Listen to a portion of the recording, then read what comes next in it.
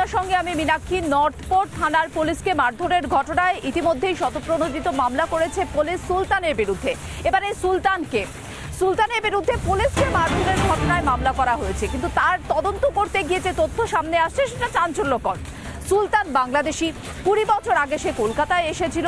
কলকাতায় এসে সে এখানে ঘাঁটি গেড়ে থাকে, ফুলের ব্যবসা করত সে, কিন্তু ফুলের ব্যবসা করত ফুল চুরি করে, এমনটাই অভিযোগ করছেন অন্য ফুল ব্যবসায়ীরা যে সুলতান ফুল ব্যবসার কাজে যুক্ত হয় এবং তারপরে সে ফুল চুরি করতে শুরু করে। মল্লিকঘাটের ফুল ব্যবসায়ীরা এমনটাই বলছেন।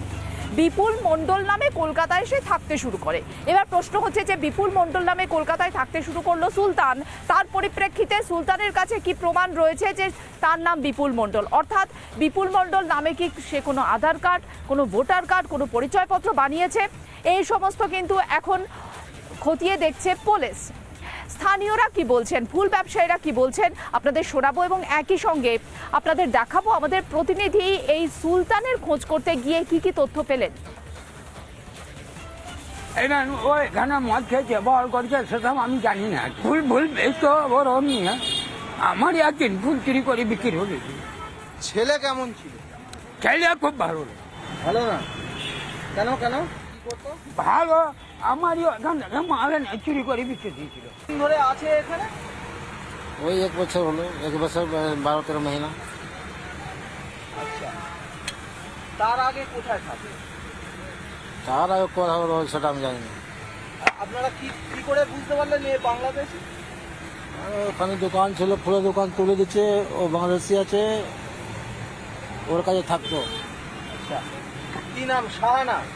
হ্যাঁ, শাহানার বাড়ি কোথায়? সেটা আমি জানি না। সবাই আসলো, ওর সাহানা ওহানা আসলো, সবাই আসলো। ওই যে ও পারে থাকে, ওরই কাছে থাকে, সাহানার কাছে। ওরা মানে লাস্ট শাহানার কাছেই থাকতো?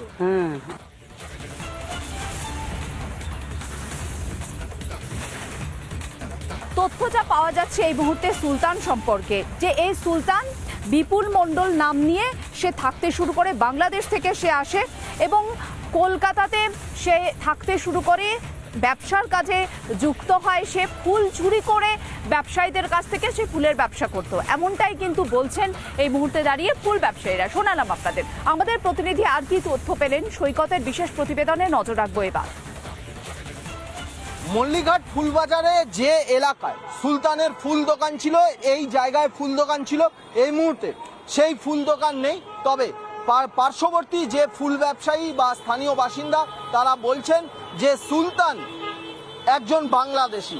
বিগত 1 থেকে 1.5 বছর ধরে তারা জানেন যে সুলতান একজন বাংলাদেশি এবং 1 থেকে 1.5 বছর 2 বছর ধরেই এই জায়গায় থাকতো। একজন মহিলা তার সঙ্গে ছিল, সেই মহিলার এই মুহূর্তে খোঁজ পাওয়া যাচ্ছে না, তার খোঁজেও পুলিশ তল্লাশি চালাচ্ছে। অন্যদিকে এই সুলতান, তার এগেনস্টে অভিযোগ অন্যান্য পার্শ্ববর্তী ফুল ব্যবসায়ীদের ফুল দোকান থেকে রীতিমতো দামি ফুল, পদ্ম ফুলের মতো দামি ফুল, সেই দামি ফুলগুলি চুরি করে বেচত।